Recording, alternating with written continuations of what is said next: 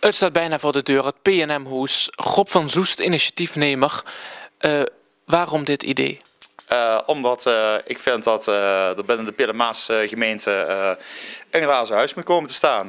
Dat het belangrijk is dat we het gewoon moeten gaan doen met de gemeente en met de omroep. Het balletje is denk ik al 2 jaar geleden gaan rollen toen ik het op het idee kwam om het gewoon te gaan doen. Toen is dat eigenlijk nooit tot uitvoering gekomen. En we zijn afgelopen jaar zijn wij in december in Maasbree geweest bij het MAF-centrum. Die hadden een eigen huis georganiseerd en ons gevraagd om daarbij aanwezig te zijn. Toen heb ik daar met collega Mark Reinders 1 dag in gezeten en toen smaakte het naar meer. Nee, het loopt absoluut niet op rolletjes. Je moet aan heel veel dingen denken, zoals vergunningen die je nodig hebt, locatie die je nodig hebt, alle randvoorwaarden die er zijn, artiesten die je gaat regelen, social media, website, beveiliging. Ja, daar zitten 1006 dingen aan waaraan je moet denken. Dat is best wel veel werk.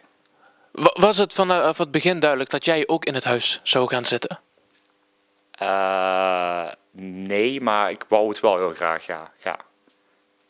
Ja, goed, het is iets wat je zelf bedenkt en dan wil je er ook zelf bij betrokken zijn. Ja.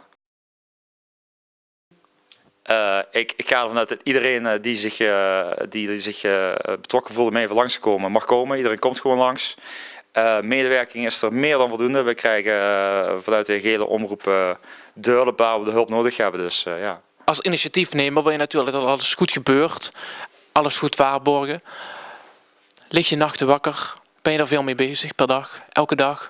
Ja, je bent er wel elke dag mee bezig, maar ik lig er 's nachts niet wakker van. Het is veel werk en er moet veel geregeld worden. En ja, dat kost gewoon veel energie en veel tijd.